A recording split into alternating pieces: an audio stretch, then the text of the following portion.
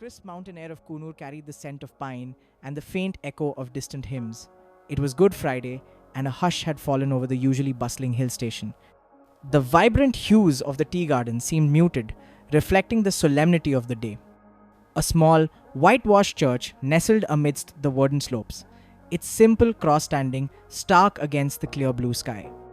Inside, a handful of parishioners had gathered, their faces etched with quiet contemplation.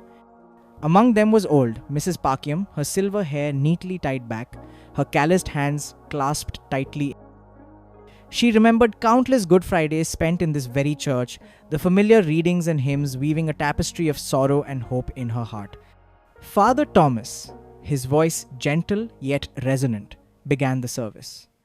And he took bread, and when he had given thanks, he broke it and said, "This is my body, which is for you. Do this in remembrance of me." Father Thomas spoke of the Last Supper, the betrayal, the agonizing journey to Calvary. His words painted vivid pictures in the minds of the listeners: the weight of the cross, the jeering crowds, the unbearable pain. Outside, the sun climbed higher, casting long shadows that seemed to mimic the darkness that had fallen upon the world on that fateful day. Young Ben, fidgeting slightly in the pew beside his grandmother, listened with a mix of confusion and awe. He had learned the story of Jesus in Sunday school, but today the atmosphere felt different. There was a palpable sense of grief in the air, a collective sorrow for the suffering endured. As Father Thomas read the account of the crucifixion, And when they came to the place that is called the Skull, there they crucified him, and the criminals, one on his right and one on his left. Mrs. Pakyam closed her eyes. She imagined the nails piercing flesh, the cries of anguish, the immense love that held Jesus to that cross. She thought of her own hardships, the small crosses she had carried in her life, and found solace in the understanding that even in the deepest pain, there was a profound and enduring love. The service moved towards the veneration of the cross. One by one, the parishioners approached the simple wooden cross placed at the foot of the altar. They knelt, touched it with reverence, and offered silent prayers.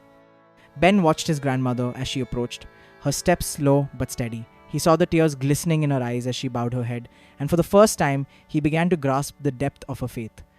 After the service, the parishioners left the church in silence, the weight of the day settling upon them. Mrs. Pakyam held Ben's hand tightly as they walked back down the winding path towards their small cottage. The birdsong, usually so cheerful, seemed subdued, almost respectful.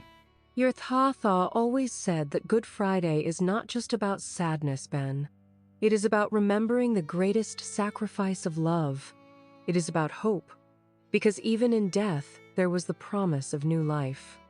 Ben looked up at his grandmother, his young mind trying to comprehend the profound words. He saw the sadness in her eyes, but also a quiet strength, a deep-seated faith that transcended the pain. As they reached their cottage, the aroma of simple lentil stew filled the air, a traditional Good Friday meal.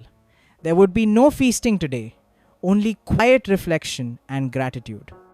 Later that evening, as the sun dipped below the horizon, painting the sky in hues of orange and purple, Mrs. Pakyam and Ben sat on their small porch.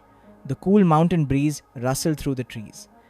Remember, Ben, even in the darkest of times, love endures. Just like the seed buried in the ground, what seems like death is actually the beginning of something new and beautiful. Ben leaned against his grandmother, feeling a sense of peace settle within him.